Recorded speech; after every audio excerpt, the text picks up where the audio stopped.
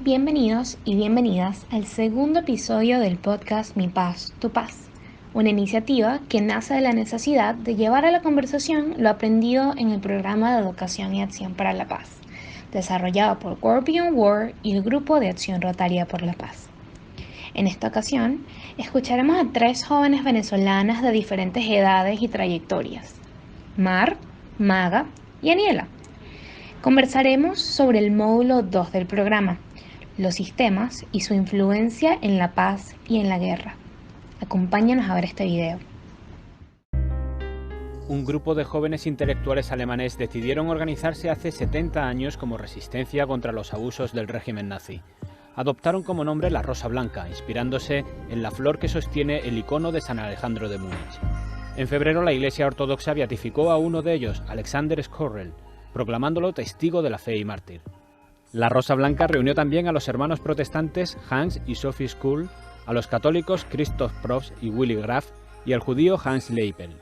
En junio de 1942 se organizaron para enviar durante 250 días cartas circulares a direcciones particulares y al frente de batalla.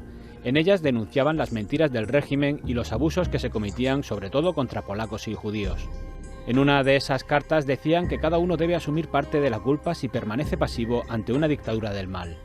La aventura duró poco. Todos los jóvenes fueron detenidos, juzgados de forma sumaria, condenados a muerte y ejecutados. Bueno, muchachos, como vimos en el video, además quería traerles este videito inspirado por el video que nos presentó Mada la semana pasada. Este es el movimiento Rosa Blanca. Fue un movimiento que algunos pueden considerar no exitoso, debido a que, bueno, no logró el objetivo que era básicamente tumbar al nazismo.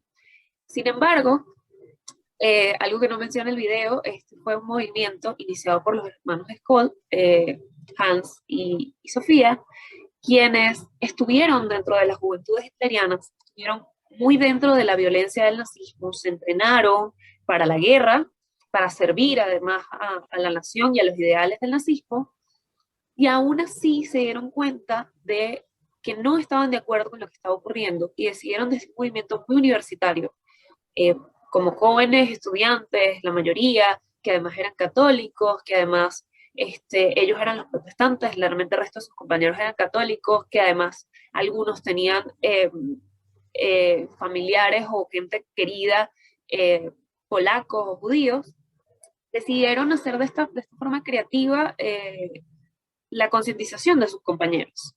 Entonces empiezan a enviar cartas a todas estas ocultándose de las Gestapo, empiezan a mandar cartas de manera anónima, empiezan a repartir panfletos, y uno de los mensajes más importantes que tenían era el quedarse callado en un hecho violento, quedarse callado en un momento como el que ocurría en la guerra, es ser cómplice de la guerra. Y a mí este es un movimiento que me llena muchísimo porque hace un par de años, cuando ocurrieron las protestas estudiantiles de 2017, un grupo de compañeros y yo en la universidad nos inspiramos en este movimiento. Es más, utilizamos también el símbolo de la rosa blanca para ir a lugares públicos a hablar con la gente y preguntarles y hacerlos entrar como en esa conciencia de lo que estaba ocurriendo y que ellos también eran parte, porque los temas de violencia generalizada o sistematizada nos afectan a todos. Entonces, es verdad, este es un movimiento fallido, porque fueron apresados, además fueron torturados y asesinados. Sin embargo, estos muchachos trascendieron para que de 1941 al 2017 todavía existamos jóvenes en el mundo que compartimos sus ideales, compartimos sus métodos y además todavía los aplicamos. O sea, me parece un movimiento de lucha no violenta que además une como las cosas más bonitas de el joven y el estudiante que todavía cree en la belleza de la letra. de hacer algo más allá que gritar, sino de que a veces en silencio despertamos conciencia. ¿Qué opinan ustedes, muchachas? Siento que es súper interesante lo que ellos hicieron y como el approach que tuvieron al conflicto, porque eh, la respuesta general es como este método de atacar o volar. Es así que se dice en español, que cuando uno se siente un threat, como una amenaza, uno Sí, explotar, o pelea o atacar, se va. confrontar.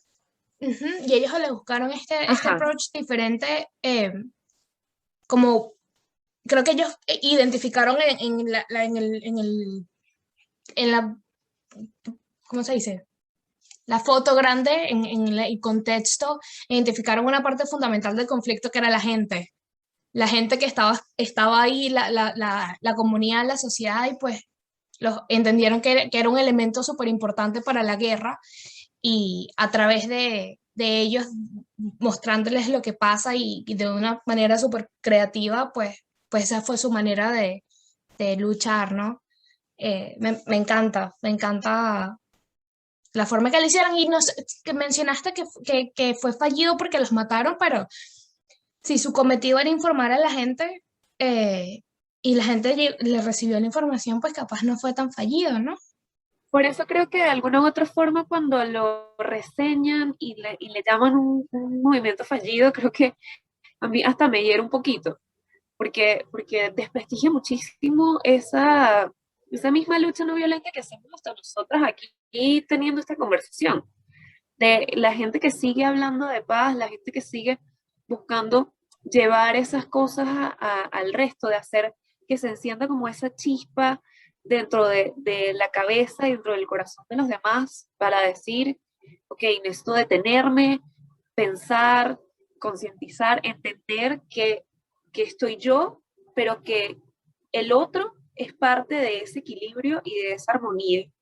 Muy parecido al video que veíamos en el capítulo pasado, que era cómo cada cosa tiene su espacio, cada palito tiene su lugar, cada pieza es importante para esa armonía y ese equilibrio. Y eso es lo que dice Annie, de que ellos entendieron que la gente era importante, es porque entendieron que en el gran contexto, en este espacio, en este mundo en el que vivimos todos, cada persona tiene un papel fundamental en la construcción de la paz, igual que en el sistema de la guerra.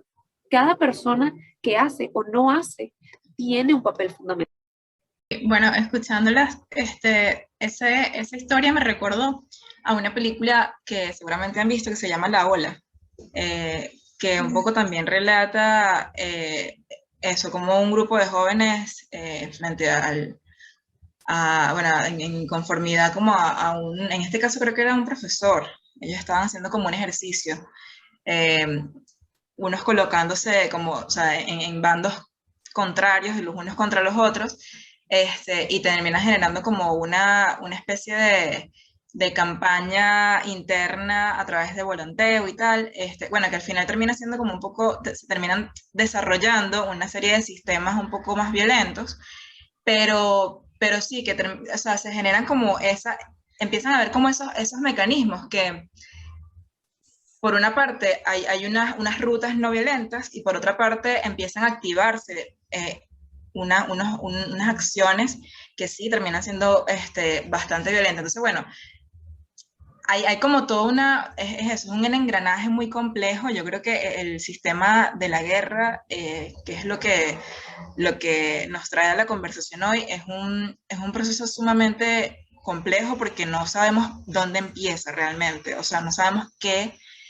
No, ya cuando hay el síntoma externo, no entendemos cuál fue el origen y ya a ese punto colocarnos como en esa búsqueda de quién fue el culpable o el responsable es como, bueno, quizá necesario para sistematizar y para no volver a llegar a eso, pero por otra parte nos llevaría a un espacio de eso, de los unos contra los otros, a un espacio de retaílas, o sea, ¿a dónde nos lleva, no?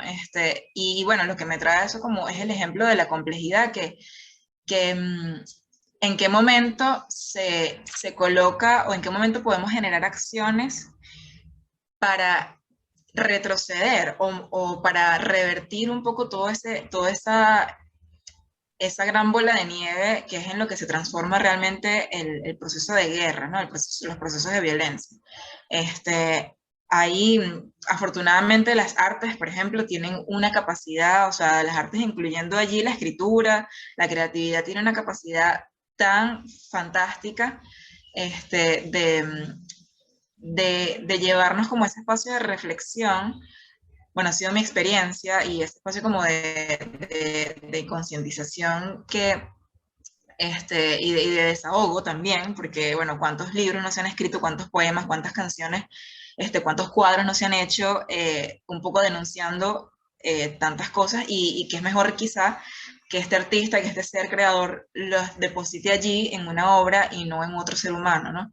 Que quizá viene de frustraciones y de molestias ampliamente legítimas, pero que no necesariamente, es más, nunca deberíamos descargarlas en otro ser humano. Bueno, esa es mi postura, ¿no? Pero bueno, es un poco el tema que nos trae hoy, como esta comparación entre el sistema, la guerra como sistema, y ante la guerra, ante ese sistema de guerra, ¿qué otra cosa puede haber? Entonces, bueno, súper interesante ese primer inicio con ese video, Mari. Mm. Quería resaltar algo que comentaste de las artes. Creo que las artes apelan a las emociones y a través de las emociones pues podemos empezar procesos de transformación y por eso me parecen fundamentales para nosotros poder eh, iniciar, o no iniciar, sino trabajar como constructores de paz. Siento que las artes son súper significativas y pues para mí mi manera preferida de construir paz personalmente, ¿no? Pero hay muchas maneras. Y también estaba pensando en lo que dijiste que en el sistema no sabemos dónde comienza, porque creo que nosotros entendemos a veces como sistema eso que vimos en física, que era como punto A, punto B, punto C, punto D, y no, la mayoría de las veces no es así. Nosotros formamos parte de sistemas muchísimo más complejos y a veces lo que nos formamos parte de sistemas y ni siquiera nos damos cuenta y ni siquiera identificamos que formamos parte de un sistema o de los sistemas que hay, pues. Y eso me parece súper cool, eso me parece súper interesante.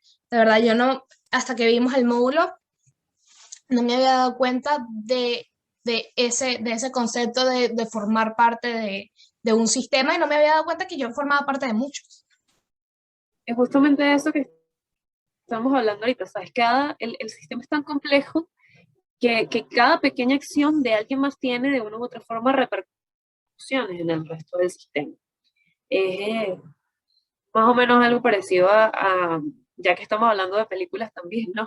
El efecto mariposa y el tema de la teoría del caos. O sea, cómo el aleteo de una mariposa a un lado del mundo genera un huracán, del otro lado parece que es una tontería, pero a veces empiezas a ver, eh, sobre todo en la historia, ¿no? Cómo pequeñas acciones individuales terminan desarrollando un desenlace enorme. O sea, por ejemplo, capaz, si en el caso por lo menos de Rosa Blanca y del nazismo, o sea, si Hitler tal vez hubiese quedado herido en la guerra, en la primera guerra, y en vez o en vez de haber decidido ser militar, hubiese decidido seguir su carrera de pintor, capaz no hubiésemos llegado nunca al holocausto, capaz eso no hubiese pasado. O sea, esas pequeñas acciones individuales que cuando ves el final son gigantescas, pero en el proceso son puntitos dentro del sistema que termina generando grandes desenlaces. Y eso a mí me hace reflexionar muchísimo sobre la responsabilidad que tenemos cuando actuamos. O sea, la impulsividad también es como muy innata de algunos seres humanos, un tema casi instintivo. Pero, ¿cómo ¿cómo somos responsables de esas cosas? O sea, el sistema de guerra lo retroalimentamos los que hacemos y los que no hacemos, pero el sistema de la paz también lo retroalimentamos nosotros. Y capaz, eso sí, creo que lo vi ahorita justamente, solo siempre haciendo trampa y revisando el módulo. Y yo también lo tengo visto. Lo acabo de ver ahorita. Sí. Y decía como que algunas de las cosas que íbamos a ver como en la última parte del módulo justamente, es que la no violencia tiene un discurso, un approach mucho más exitoso y poderoso. Sí. O sea, creemos que la guerra tiene cambios súper relevantes y en realidad cuando nos damos cuenta hay movimientos de lucha no violenta que tienen muchísimo más éxito, muchísimos más adeptos y muchísima más gente que replica y continúa con lo que aprendieron de ese movimiento que los sistemas de guerra. Sí, y para no ir muy lejos y pues poner ejemplos que todo el mundo conoce, Martin Luther King Jr. y Nelson Mandela. O sea, Nelson Mandela tuvo el poder de transformar el concepto del apartheid en Sudáfrica a través del deporte, ¿no? Y eso que se consideraba imposible cuando él era presidente lo logró de manera no violenta. Creo que ese es como el ejemplo, la primera vez que hicieron una pregunta de un movimiento no violento, lo primero que yo pensé fue en Nelson Mandela, porque creo que él es como el guía en construcción de paz. Y me parece espectacular lo que él hizo, ¿no?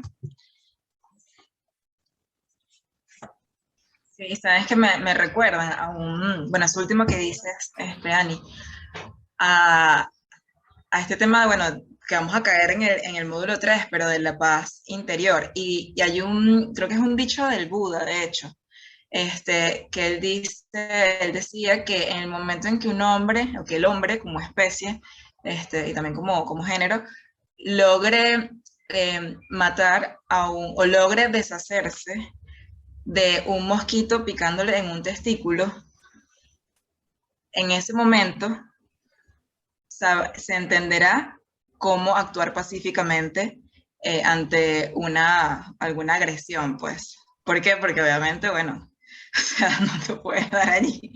Entonces es como, o sea, eso, o sea, actuar de forma violenta, agresiva sobre algo o alguien que al final es un otro que pertenece a ti, o sea, viéndolo como desde un punto de vista quizá bastante filosófico, pero es un otro que también soy yo, ¿no? Entonces, que al final sería un daño, o sea, sería perpetrar el daño, mejor dicho. Perpetuar, perdón. Entonces, sí, es como esa situación bueno, de cómo nos tenemos que hacer cargo de esa paz interior realmente, que es a partir de donde surgen quizá y se pueden equilibrar mucho de lo que puede estar pasando en nuestros contextos inmediatos. Pero bueno, me hizo acordar ese dicho del Buda. Tú vas a buscarlo exactamente cómo es que él lo dice, porque me parece que es súper fundamental, es como un Pero está buenísimo, está buenísimo. Más, sabes que dijiste algo como que me encantó, que es eso de entender que yo estoy, o sea, esa manera filosófica de ver la vida, que nosotros somos parte de un todo y que yo estoy bien porque tú estás bien. Creo que en algún momento del módulo vimos el término de Ubuntu, este término africano, no sé si se acuerdan, de que yo soy porque nosotros somos. Y es la mejor manera de ilustrar que nosotros todos formamos parte de algo más grande. ¿Sabes qué?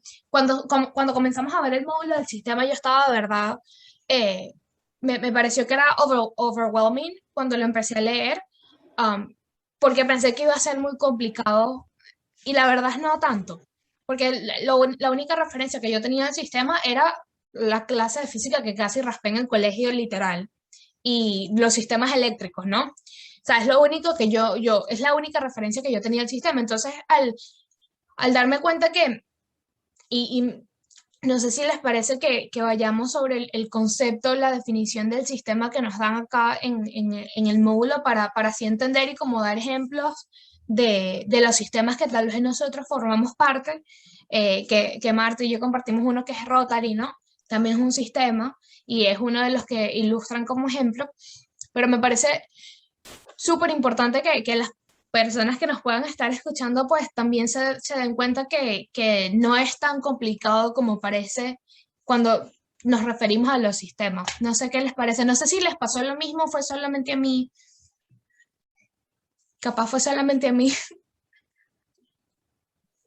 No, la verdad es que sí, entender los sistemas como, como sistemas humanos, sí es mucho más difícil de lo que parece. O sea, no es un concepto tan obvio como nosotros creemos. Y bueno, un sistema se compone de muchas partes, esas partes trabajan entre sí y generan una acción, y eso es como el concepto básico de todo. Pero cuando empiezas a revisar realmente el concepto de sistema y empiezas a darte cuenta de la complejidad que es construir un sistema y de que, por ejemplo, el pensamiento sistemático, o sea, a mí me parece, yo al principio del módulo es una de las cosas que también se habla, siempre pensé que el pensamiento sistemático era, ok, yo pienso, uno, esto es lo que voy a hacer, dos, esto es lo que, y no, es, o por lo menos yo lo entendí más como pensar no por partes, sino como que cada acción desemboca en otra. Entonces todo lo que va ocurriendo tiene una consecuencia, que esa consecuencia se convierte a la vez en una causa y así se va generando pues, ese Y, pensamiento sistemático.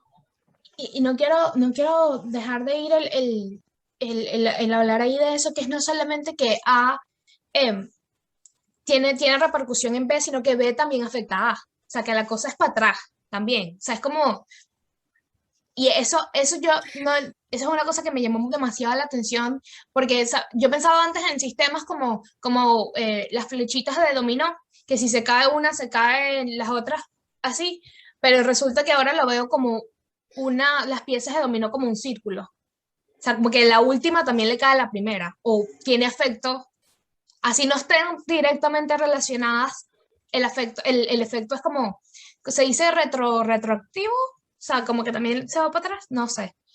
Estoy usando palabras muy Se criollas. retroalimenta, sí.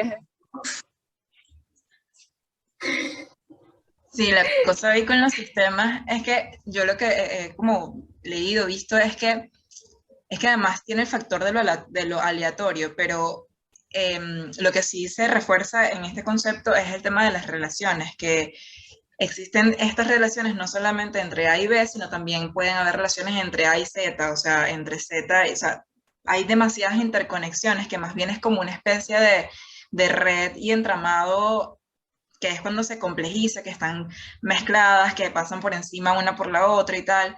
Entonces, sí, o sea, puede ser, digamos, no es predecible, no es previsible, es aleatorio lo que puede pasar, pero también em, implica como observar muy bien el tipo, o sea, se hace muy, muy cargo del tipo de relaciones que generamos o que generan estos elementos dentro del sistema, ¿no? En el caso humano, pues yo lo veo como en el tema de desarrollar la conciencia, ¿no? Como a través del conocimiento, a través del aprendizaje, a través de la experiencia, generar esa conciencia que te permita decir, bueno, yo estoy aquí, yo me hago responsable de esto que estoy generando, de esto como estoy impactando, que al final no necesariamente porque no podemos controlarlo todo, no necesariamente vamos a poder hacernos cargo de todo lo que generamos en el entorno o en otros, pero sí, en la medida que podamos ser como más conscientes, creo que pueden haber mejores mecanismos de comunicación asertiva, por ejemplo, de comunicación empática, que por cierto yo estaba viendo una conversación TED en torno a este tema de los sistemas de violencia, de un colombiano, y él reforzaba esos dos aspectos, el tema de la empatía y la asertividad, como elementos fundamentales en el lenguaje para poder entrar en comunicación con el otro, desde una forma que podamos como que hacernos cargo realmente de lo que estamos queriendo decir. y procurando no, digamos, violentar ni pasar por encima del otro, ni nada de eso, sino que, bueno, establecer una conversación realmente como de iguales, en ese sentido. Entonces, bueno, me fui como para otro lado, ¿no? Pero sí, como quería retomar ese tema sí, de las relaciones, de lo complejas de las relaciones que tejemos en el día a día y que somos parte de infinitos sistemas, o sea, sistema familiar, sistemas profesionales, sistemas humanos en general, comunitarios, sistema país, sistema global, o sea, de tantos sistemas que de los cuales no somos conscientes. Y bueno, eso, o sea, creo que a mí me trae como a la reflexión, es este tema de, o sea, hacernos conscientes de dónde estamos en esos sistemas nos hace tener como mayor capacidad crítica para decir, bueno, me sumo o no me sumo a esto, soy parte o no soy parte de esto. Porque a veces yo siento que sobre todo, por lo menos en el caso de nuestra experiencia como venezolanos, siento que a veces nos sumamos a causas simplemente porque, digamos, nos parecen, entre comillas, que se alinean con lo que queremos, pero cuando entendemos el big picture nos damos cuenta de que no, de que realmente estamos siendo como parte de un entramado que no nos interesa ser parte realmente. Y wow, es ese tema de la complejidad. Es como que, bueno, o sea, entonces yo estoy aquí realmente teniendo capacidad de acción o soy una ficha más que están moviendo acá.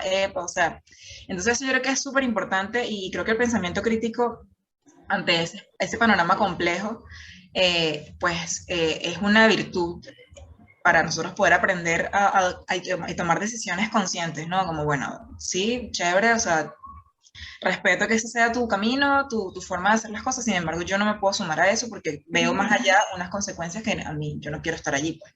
Y eso es súper como valioso, o sea, me ha tocado como estar en ese tipo de experiencias y he visto como compañeros de repente han tenido que, o sea, yo he visto como todo el proceso de llegar, de empezar en una acción que aparentemente es pacífica, pero en el desarrollo se termina convirtiendo en una cosa sumamente complicada y con implicaciones hasta violentas uno dice, bueno, eso quería evitarlo y ahora con el aprendizaje puedo evitarlo para la siguiente. Entonces, bueno, eso es como un tema es súper complejo, es denso, y además creo que podría generarnos muchísima ansiedad pensarnos todo el tiempo en sistemas. O sea, es como, sí, siento que puede ser complejísimo, muy fuerte ese entendimiento, pero al mismo tiempo entiendo que nuestro cerebro tiene la capacidad de hacerlo, porque nuestro cerebro hace conexiones y es capaz de verlos como hasta intuitivamente, pues. Entonces, bueno, ahí creo que uno vuelve como al tema de la paz interior. Eso es como lo que, bueno, ya tú, a lo mejor no lo puedes decir, no lo pones en palabras, pero tu intuición te dice que por ahí no es. Entonces, eso es bastante información. A mí me encanta hablar con gente tan brillante como ustedes dos, porque cada vez que yo termino una conversación con ustedes, siento que es algo como cuando salgo de terapia, es algo como más preguntas que respuestas, y me encanta porque tengo chance así de seguir dándole a la cabeza, o sea, durante el resto de la semana hasta que volvamos a hablar.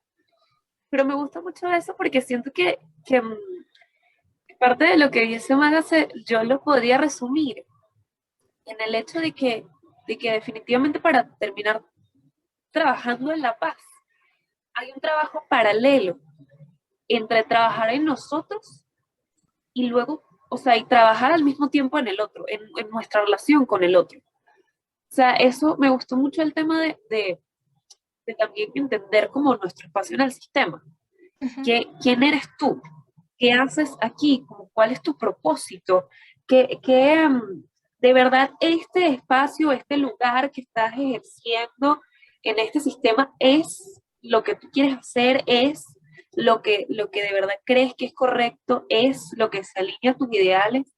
Y que además, que creo que es lo más bonito del tema de entenderte dentro de ese espacio, es que no estás obligado a continuar haciéndolo, sino que tienes el poder que tuvo mucha de esta gente que pusimos como ejemplo antes, como Sofía de Hanscol, como Mandela, como Gandhi, como Martin Luther King Jr., o sea, gente que vio cuál era su lugar en el sistema y dijo, no, no me gusta, no lo quiero, no creo en esto y tengo mecanismos, herramientas e ideas para cambiarlo sin tener que levantar un arma, sin tener que dar un golpe, sin tener que lanzar un bombazo, sino con, con creo que una de las armas más poderosas que existen en el ser humano, que es la palabra y el sentimiento.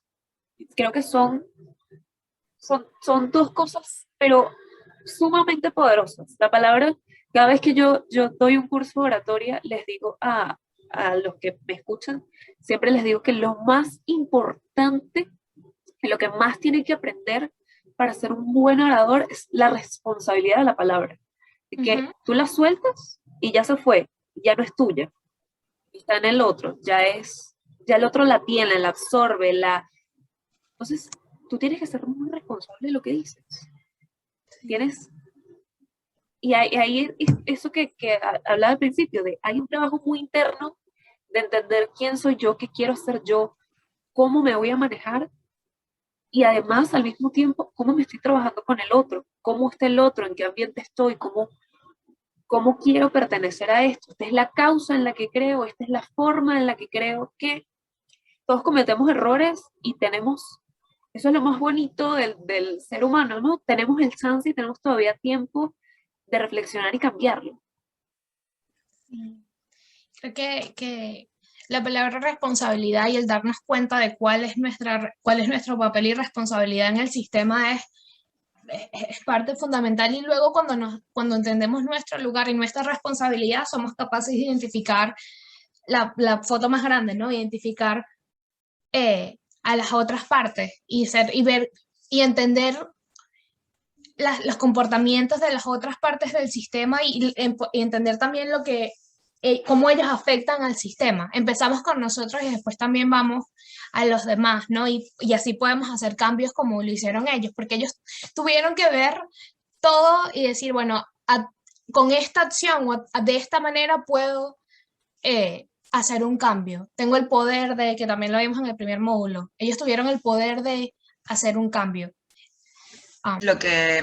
Tanto lo que dices tú, Ani, como lo que comentaba Mar, sobre este tema de la palabra como el arma, ¿no? Y parece paradójico, pero es que una de las cosas bueno, que además se refuerza mucho aquí en el módulo, este tema bueno, del militarismo y de la inversión tan brutal que se hace a las armas, ¿no? A todos los aparatos que tributan a la guerra y al sistema de la guerra. Y wow, tú usas, Mar, esa palabra de nuestra arma es la palabra, justamente. Y tú dices, wow, imagínate que todo ese dinero lo usáramos para fomentar comunicaciones, o sea, el aprendizaje en comunicaciones asertivas, en conversaciones y escuchas, reforzar los niveles de escucha, reforzar nuestros mecanismos. Imagínate que más bien nosotros tengamos la herramienta o el arma de hablar muchísimos idiomas, o sea, que esa sea esa inversión vaya para nosotros, o sea, entonces qué capacidad tan impresionante sería y qué transformador sería, porque creo que a partir de allí nos podríamos trascender tantas barreras que ya tenemos. Imagínate, si la barrera de hablarnos, si ya de por sí nos cuesta entendernos en el mismo idioma, imagínate lo difícil y complejo que es podernos entender entonces en otros idiomas o incluso en el idioma corporal, o sea, en la gestualidad.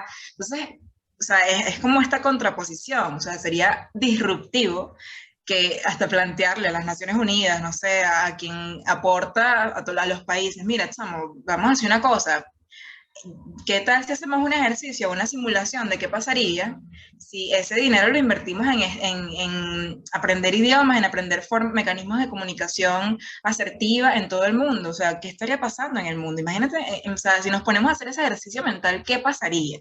Entonces, yo creo que es como brutal, ¿no? Además, bueno, ellos muestran ahí unas cifras increíbles, que bueno, no estamos, digamos, a lo mejor dependiendo del área de cada quien estará más familiarizado con esos datos. Pero sí, sigue sucediendo hoy en día. En este momento hay guerra, o sea, sigue pasando que hay personas utilizando armas para usarlas en contra de otros seres, entonces, armas de fuego, etcétera. Entonces, uno dice, wow, imagínate, o sea, ese ejercicio es así como, no sé si es demasiado soñador, ojalá que no, ojalá que en algún momento podamos, canalizar esos recursos para otras cosas, pero sí, es como, wow, es una perspectiva que es hasta escalofriante, ¿no? Como toda esa cantidad de dinero podría estar en otro lugar que pueda ser un arma muchísimo más efectiva para la paz, que no es justamente la guerra, pues. Entonces, nada, me quedé con esas dos cosas que ustedes dijeron y dije, no, esto es súper importante retomarlo. Yo con eso que decía Amada, les voy a contar, les voy a hacer básicamente una confesión aquí, ¿no? De mis años de estudio en la universidad. Yo vi un seminario hace años justamente de conflictos y me acuerdo que en la primera clase el profesor nos preguntó que por qué por qué estábamos estudiando, o por qué nos interesábamos en estudiar justamente ese tema de conflictos en el mundo. Y mi frase, y que todavía la mantengo, es que a mí me apasiona el tema de la guerra. Y me acuerdo que la cara de horror fue, o sea, bárbara, porque me dice, ¿cómo ves una chama de 18 años que te dice, a mí me apasiona el tema de la guerra? Tipo, he leído, he visto documentales, y cuando, por supuesto, súper atemorizado, me pregunta, ¿por qué? Yo le digo, porque no le entiendo, porque no comprendo el qué lleva a un ser humano con tanto ahínco, con tanto ensañamiento, a lastimar sistemáticamente a otro, como ocurre en las guerras. Me apasiona porque quiero entender qué punto de ruptura hay en el ser humano que lo lleva a una guerra. Y la única forma, o sea, y entenderlo es mi única forma de evitarlo. O sea, entender cómo funciona es mi única manera de que cuando empiece a ver esas lucecitas rojas que dicen, hey, algo está pasando, los ánimos se están caldeando, esto va a ser terrible, poder decir, ya va, no, esto podemos detenerlo. Entonces me acuerdo que es todavía hasta el sol de hoy un tema que a mí me llama muchísimo la atención, porque, porque no lo comprendo, que no comprendo que lleva a un ser humano a tomar la decisión consciente de dañar a otro. Y quiero entenderlo para poder justamente hacer eso que decía Amada, invertir tiempo, esfuerzo en generar otras herramientas, en crear armas de no violencia, creatividad, arte, las palabras, la intelectualidad, la academia, la expresión de otra manera. O sea, existen formas. Y siempre he pensado, y lo mantengo, que las revoluciones no son bonitas. Me acuerdo que ayer lo conversaba con alguien y me decía, bueno, pero en la lucha no violenta igual matan gente. Y yo, es verdad, en los movimientos no violentos como el de Mandela, como el de Gandhi, también hubo gente que dio su vida por ese movimiento. Pero ellos resistieron. Ellos no sucumbieron a la violencia del otro, sino partieron del sistema. Decidieron romper ese ciclo, esa retroalimentación de violencia y hacer otra cosa. Y es verdad, perecieron haciéndolo, pero no se rindieron, no se quebraron ellos como seres humanos, sino buscaron otra manera, así eso les haya costado la vida, y eso es un discurso hermoso, por ejemplo, de Mandela en su, no sé si llegaron a ver esa película, en su juicio, donde él dice, en su juicio, él dice justamente que el evitar esa segregación entre blancos y negros es un ideal por el que él está dispuesto a vivir, pero también es un ideal por el que está dispuesto a morir. Y me parece hermoso y súper poderoso. Cada vez que lo escucho, yo lo pongo muchas veces cuando voy a dar algún curso o alguna clase sobre los buenos oradores, se me paran todos los pelitos, pero yo digo, qué increíble, de verdad, tener esa convicción como humano de decir, esto es en lo que yo creo y creo tanto en eso que estoy dispuesto a vivir todos los días trabajando por eso, pero si tengo que dar mi vida para que eso se cumpla y alguien pueda tener un mundo mejor después de mí, estoy totalmente dispuesto a hacerlo. Me parece poderosísimo. Creo que RT, con eso de no entender la guerra, ¿no? Yo siento que nosotros estamos lejos de ese concepto de la guerra en Venezuela, de la guerra en sí, de la guerra con muertos y armas y la guerra como se entiende ahorita como el Medio Oriente y todo lo que está involucrado en las grandes potencias, pero está más cerca de lo que parece. Y fue súper interesante eso que dijiste de cómo el ser humano hace la decisión consciente de ir para la guerra, y yo creo que como todo conflicto son emociones mal canalizadas. O sea, eso con una conversación bien moderada, por lo menos en la Primera Guerra Mundial, no sé si se acuerdan cuando estábamos, me encanta la historia, yo sé que tu major es en historia, Mar, creo, y la Primera Guerra Mundial, que fue que mataron a la esposa de alguien, ¿no? Fue como que eso fueron, o sea, eso es dolor mal canalizado. Y pues se mantienen por las instituciones que se convirtió en un negocio. Estabas hablando, Maga, del dinero, y fui a buscar como que cuál es el porcentaje que se gasta en la guerra, y cada año son 10 trillones de dólares. O sea, 10 trillones de dólares, que son como que $4 por cada persona del mundo todos los días. O sea, porque cada persona en el mundo todos los días pone $4, y eso es lo que se gasta en la guerra. O sea, estamos hablando de que una persona se considera pobre cuando gana menos de, ¿qué? $3. ¿Cuál es la medición mundial? Y me parece... Se considera pobreza extrema cuando ganas menos de $1 y pobreza cuando ganas menos de 3. Imagínate, y lo que se está invirtiendo en la guerra son $4 por persona del mundo todos los días. Esos números son mind-blowing. De verdad, y yo no entiendo cómo las instituciones, todo tipo de instituciones, los gobiernos, las empresas privadas, las organizaciones internacionales, teniendo esta data, seguimos con pobreza extrema, con el cambio climático, con la crisis de educación. O sea, es algo que no tiene sentido no tiene sentido para mí, ¿sabes? No entiendo cómo eso pasa, y es frustrante. Sí, entiendo tu sensación. Creo que, bueno, para mí no tiene explicación alguna. Y creo que estoy como en ese punto en el que quizás estuvo Omar cuando decía, bueno, yo quiero saber sobre la guerra, porque, o sea, no, porque como todavía no tiene explicación para mí, quizás me falta todavía entender mucho más de qué es lo que pasa con ese ser humano bueno, que no tiene las herramientas para, no ha tenido las oportunidades, no lo sé, o no se han dado los consensos, los espacios para que no acceda a la guerra, no, o sea, elijan no entrar en la guerra.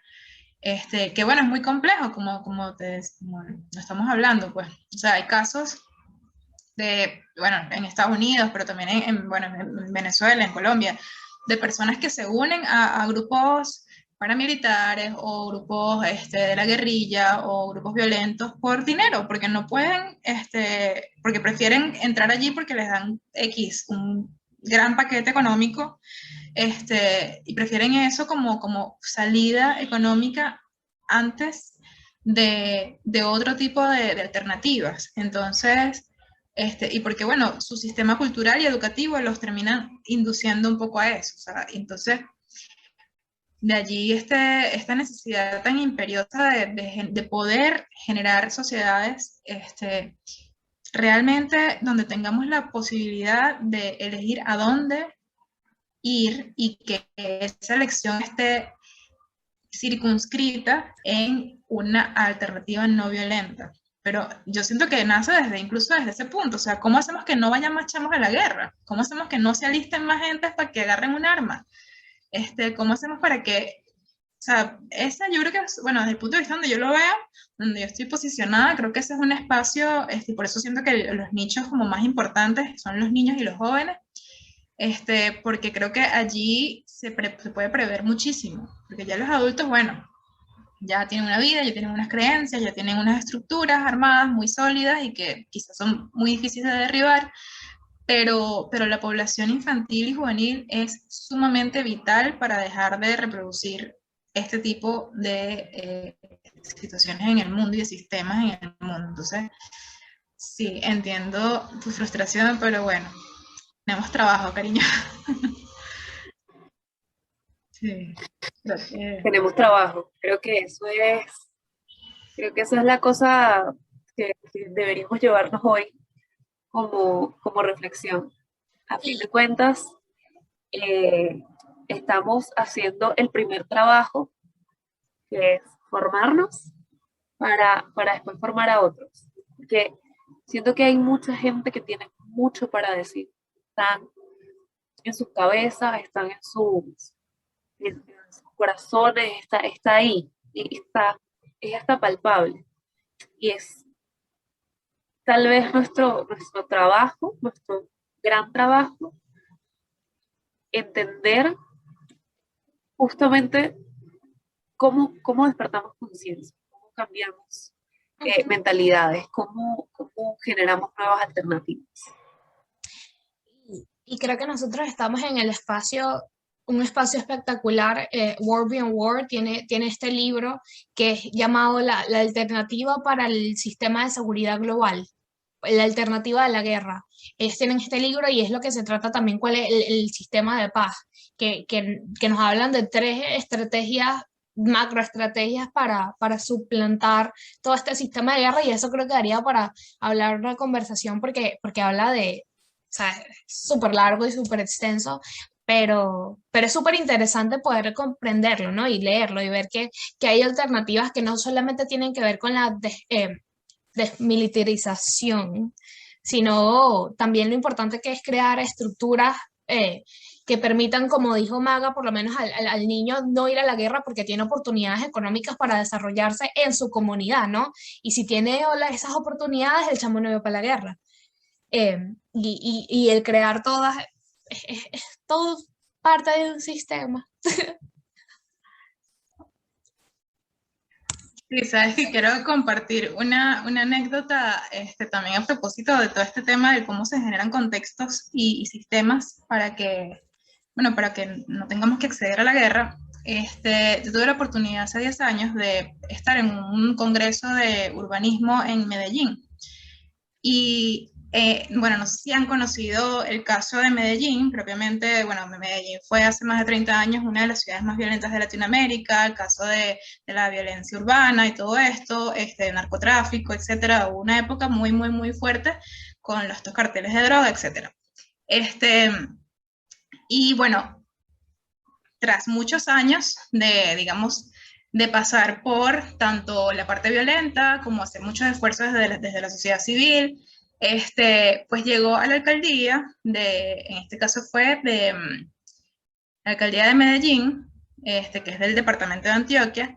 Llegó a la alcaldía un profesor de matemáticas que se llama Sergio Fajardo, que era un profesor de la Universidad de Medellín, de Antioquia, pues de la Universidad Pública y tal. Un tipo brillante, pero que él desde su, digamos, su necesidad y su preocupación por realmente aportar desde su espacio, que era el espacio de la educación, alguna solución para su ciudad, para su comunidad. Bueno, él decide con un equipo también de profesionales en el área de sociología, de política, economía, etcétera, educadores, bueno, lanzarse pues a alcalde. Logra la alcaldía, creo que fue en el 2000 algo por allí. Bueno, la propuesta de él realmente era Medellín la más educada. Y él además tenía digamos, traía consigo las enseñanzas de su papá, que era un arquitecto. Entonces, él lo que hizo fue, bueno, Medellín se parece geográficamente a Caracas, mucho, porque tiene el Valle de Aburrá, que es un eje donde pasa un río también, y bueno, tiene como laderas donde están los barrios, o sea, lo que ellos llaman las comunas, pero que son como los barrios acá. Y bueno, el punto es que él llega allá con un proyecto que es, bueno, volver a Medellín la más educada, pero a través de infraestructura para, o sea, poniendo de primer lugar a los más pobres o a los que menos han podido acceder y donde más se ha insertado la violencia, que habían sido justamente en estas laderas, en las comunas, etc. Entonces, bueno, él echa el cuento que es al principio para los empresarios y para, digamos, el sector de la sociedad, que era como el más cómodo, eso era una locura, porque, o sea, ¿cómo le vas a meter dinero a eso y tal? No sé qué. Y él metió infraestructura y dijo, bueno, yo voy a trabajar con los que quieran realmente trabajar acá conmigo. Y él empezó a hacer proyectos de infraestructura muy complejos para introducir servicios, etcétera, pero colocó finalmente la cosa bandera era que construyeron bibliotecas con diseños espectaculares en los barrios más peligrosos de Medellín. Bibliotecas públicas y escuelas públicas, las de mayor calidad arquitectónica, están en los barrios más peligrosos de Medellín. Y bueno, eso fue toda una red y tal. Pero ¿cuál era cuando él explicaba toda esa situación? Él decía, mira, al final de todo esto, lo que nosotros estamos buscando, lo que se quiere con Medellín, que al final él terminó repitiendo como alcalde, después fue gobernador de Antioquia, incluso se llegó a lanzar a la presidencia de Colombia, pero bueno, eso es mucho más complejo.